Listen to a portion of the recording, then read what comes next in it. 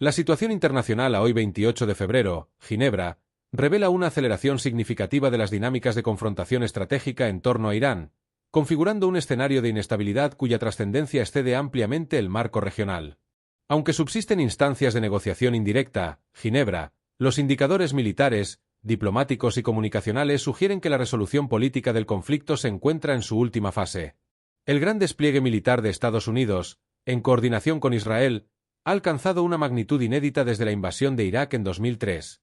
Tal desmesura operativa no puede ser interpretada como un mero gesto disuasorio, constituye un mensaje dirigido tanto a Teherán como a los actores sistémicos en su entorno Rusia, China. La militarización, en este punto del espacio diplomático ya ha dejado de ser negociación para convertirse en una amenaza por otros medios. Por su parte, la OTAN, formalmente concentrada en el teatro ruso-ucraniano, es una pieza a integrar en la variable iraní dentro de su horizonte de riesgo. Turquía, su bisagra geopolítica, ha asumido un rol de contención preventiva frente a posibles desbordamientos migratorios y a la reconfiguración de actores armados no estatales. Este desplazamiento progresivo del eje de atención hacia Oriente Medio revela una elasticidad estratégica que confirma la interdependencia de los teatros de conflicto contemporáneos. Por otro lado, Rusia actúa desde una posición calculada. Refuerza a Irán como socio táctico sin comprometerse a una defensa directa que implicaría una confrontación frontal con Occidente. La cooperación militar y los ejercicios navales conjuntos con China no deben leerse como gestos episódicos, sino como signos de una arquitectura multipolar en fase de consolidación. Moscú ha procurado mantener a Teherán funcional como polo de resistencia sin asumir los costes políticos y militares de su defensa absoluta, pues su enfoque sería Europa. Entretanto, China despliega una estrategia de prudencia instrumental. Su dependencia energética del crudo iraní contrasta con su cautela diplomática y con las advertencias dirigidas a sus ciudadanos para abandonar el territorio.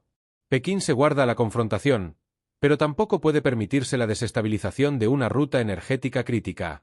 En este equilibrio se expresa su concepción de poder, económica antes que bélica, sistémica antes que escenográfica.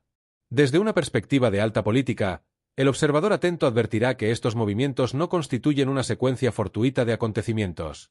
Se trata, más bien, de una convergencia estratégica en la que los principales centros de poder reajustan simultáneamente sus posiciones ante un horizonte de conflicto ampliado.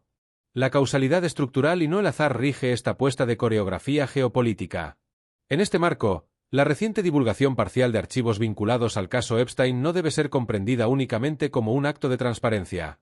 La fragmentación selectiva de la información y su dosificación mediática cumplen una función de distracción narrativa, canalizan la indignación social hacia un escándalo moralmente absorbente, mientras se sustraen del debate público las decisiones estratégicas de mayor envergadura.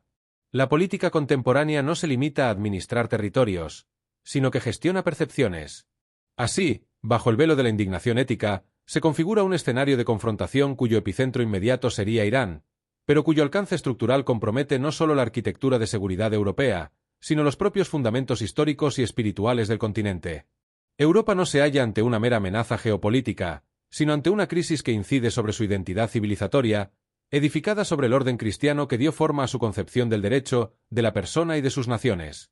La desestabilización externa se proyecta, por tanto, como un factor de erosión interna, no solo del equilibrio estratégico, sino de los principios civilizatorios que sostienen su continuidad histórica. Nos hallamos, pues, ante una instrumentalización del caos. La exposición de la corrupción de las élites no conduce a su solución, sino que se convierte en recurso funcional para legitimar una fase superior de control político y económico. El conflicto bélico aparece entonces como método de actualización, progreso y ejecución del caos para el rediseño del paradigma orden civilizatorio cristiano. Este ensayo no pretende ser profético, sino una advertencia analítica. La verdad política rara vez se manifiesta en lo que se exhibe con estridencia. Suele residir, en cambio, en aquello que se mantiene deliberadamente fuera del campo visual.